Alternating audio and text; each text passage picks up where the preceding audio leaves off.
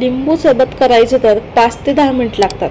आपण आता अगदी 2 सेकंदात लिंबू सरबत करू शकतो. तर आज आपण करतोय लिंबू सरबत प्रीमिक्स. जराही गॅस वापर करायचा नाहीये. अगदी सोप्या पद्धतीने लिंबू सरबत पावडर एकदा केली की वर्षभर टिकते. ती सुद्धा फ्रीजमध्ये न ठेवता अगदी लहान मुलं सुद्धा सरबत करू शकतील. अगदी चुटकीसरशी. कुठलेही प्रिझर्वेटिव्ह वापरले नाहीत लिंबू सरबत करताना. चला तर मग कसं बनवायचं लिंबू सरबत हे पाहूयात. वेळ न घालवता रेसिपीला सुरुवात करूयात. त्यासाठी लागणार आहे भरपूर अशी लिंब निवडताना चांगली अशी डागविरहित लिंब घ्यायची. भरपूर रसदार लिंब घ्यायची. पातळ सालीचं लिंबू घ्यायचे. लहान मोठी घ्या पण रसदार लिंब घ्या. बाहेरून आणल्यानंतर लिंब फ्रीजमध्ये ठेवायची नाहीत. मी काल हे लिंब आणले लगेच लिंबू सरबत प्रीमिक्स करणारे घेत आहे. पहिल्यांदा आपल्याला रस काढून घ्यायचा या लिंबाचा. हे लिंब गोल गोल फिरून घ्यायचे. याच्यातला रस मोकळा करून घ्यायचा. जर लिंब कापून घेऊयात आता आपण. लिंब कापताना बघा कधी उभा लिंबू कापायचा नाही, आडवा कापायचा. म्हणजे त्याच्यातील रस व्यवस्थित बाहेर येतो. अशा प्रकारे बघा कापताना दिसत असेल भरपूर रसदार लिंब आहेत. तर मी इथे थोडे लिंब कट करून घेतले. तर आपण आता एका कपामध्ये आपण लिंबाचा रस काढून घेऊ. तुम्हाला लिंब किती लहान मोठे आहेत त्यानुसार तुम्हाला लिंबाचं प्रमाण घ्यायचं आहे. तर मी इथे एका कपासाठी साधारण 1/2 किलो लिंब घेतलेले आहेत. कारण माझे रसदार लिंब आहेत. खूप रस आहे लिंबामध्ये. आता लिंबाचा रस काढून घ्यायचं. तर इथे मी पूर्ण लिंबाचा रस देखील काढलेला आहे. ह्याने पटकन निघतो या लिंबाच्या ह्यानं. किंवा तुम्ही हाताने सुद्धा काढू शकता. आणि जे काही बियाचा भाग असतो तो आपल्याला काढून टाकायचा आहे. इथे बघू शकता अगदी चुटकीसारखी लिंबाचा रस देखील निघलेला आहे. आता याच पद्धतीने इतर राहिलेले लिंब मी चिरून घेते आणि हे लिंबचा रस काढून घेते 1 कप असा. मी इथे 1 कप लिंबाचा रस काढून घेतलेला आहे. तर इथे ताट घेतलेलं आहे मोठं कणिक मळायचं.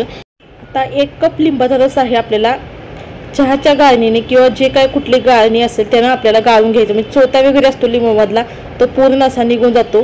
आता त्याच्याकरता इथे मी ताटामध्ये लिंबाचा रस घेतल्यानंतर काढून घेतल्यानंतर एखादी बी असले काढून टाकायची. आपण 1 कप लिंबाचा रससाठी घेतलाय त्याच्याकरता इथे मी तिप्पट साखर टाकलेली आहे. तुम्हाला सोबत जसा गोड हवाय त्यानुसार तुम्ही साखरेचं प्रमाण कमी जास्तही करू शकता. आता रसामध्ये साखर मिक्स करून घ्यायची. लक्षात असू द्या की आपल्याला साखर रसात विरघळून घ्यायची नाही.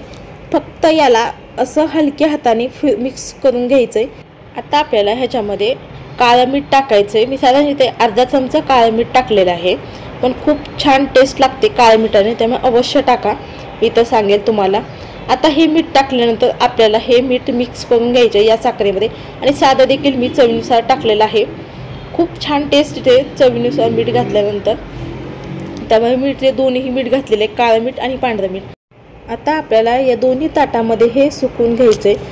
याला मी 2 ताटामध्ये काढून घेते. म्हणजे काय होईल, हे लिंबू सरबत आहे प्रीमिक्स पटकन सुकेल. म्हणजे याचा आपल्याला पातळ लेअर ठेवायचा आहे. खूप जास्त जाड थर ठेवायचा नाही. खूप जास्त जर जाड लेअर ठेवला तर साखर आहे ती पटकन सुकणार नाही. खूप जास्त वेळ लागू शकतो. याच्याकरता पातळ लेअर ठेवायचा. 1 दिवस फॅनच्या हवेखाली सुकवून घ्यायचे. बऱ्यापैकी सुकला आहे पण आतमध्ये आणखीन ओलसरपणा आहे. मिक्स करून घ्यायचे आपल्याला या चमच्याने. तुम्ही हे उन्हामध्ये सुद्धा सुकवू शकता. टेरेसवर जर तुम्ही हे मिश्रण सुकवायला ठेवलं असाल तर या ताटावरती सुती कपडा घालून लावायचा. म्हणजे काय होईल, जे काही बाहेरचा कचरा किंवा काय असेल तर धूळ वगैरे ती जाणार नाही याच्यामध्ये ताटामध्ये. याच्याकरता कपडा लावायचा आणि हे आपल्याला उन्हामध्ये सुकवून घ्यायचे. तर माझ्याकडे ऊन आहे त्याकरता मी उन्हामध्ये सुकवणार आहे. जर तुमच्याकडे ऊन जर नसेल फॅन आहे ती लावून ठेवायचा. आणि हे मस्त आहे ते आपल्याला दोन्ही ताटं सुकवून घ्यायचे फॅन खाली. जर तुम्ही सकाळी हे ताटं ठेवले तर रात्री झोपायच्या अगोदर हलवून घ्या. इतकंही हलवायचं नाही की साखर आहे त्याच्यामधले विरघळेल. आता याला असंच ठेवायचं. एकूण 4 ते 5 दिवस लागतात सुकवण्यासाठी. तर 7 ते 8 तास झाले की याला हलवून घ्यायचं रात्री झोपायच्या अगोदर. या साखरेला सतत हलवायचं नाही, फक्त दिवसातून एकदाच हलवायचं. 7 ते 8 तास झाले की हलवायचं. तर एक 3 ते 4 दिवसानंतर हे बघा, हे असं कोरडं सुकलं आहे. आपली खडी साखर कशी दिसते अगदी तसंच. आणि जर लिंबाचा रस होताना तो साखरेला कोट होऊन झाले दिसते, बघू शकता सुकून गेलाय. याच्यातलं छान साखरेचं आंबटपणा, गोडसरपणा आहे. खडी साखर बारीक होण्यासाठी तर इथे मिक्सरचं भांडं बारीक घ्यायचं आहे. म्हणजे काय लिंबाचा सरबताची पावडर तयार करायची.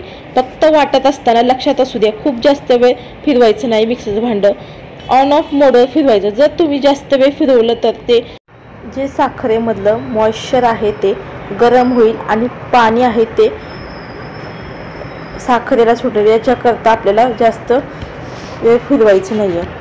आता हे अशाच पद्धतीने इतर राहिलेले सुद्धा मी उरलेलं मिश्रण थोडं थोडं करून बारीक करून घेते.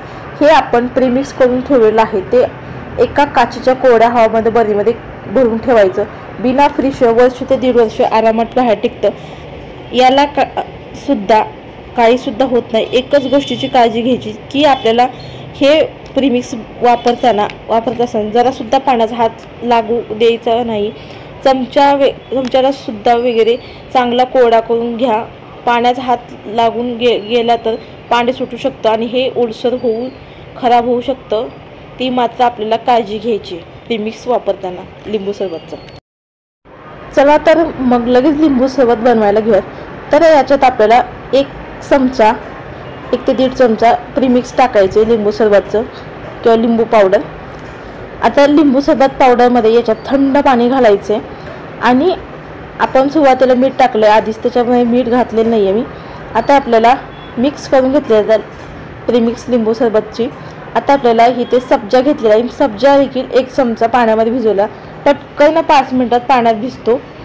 सब्जा घ्यायचा एका वाटीमध्ये, त्यामध्ये थोडंसं पाणी टाकायचं आणि 5 मिनिटात भिजतो.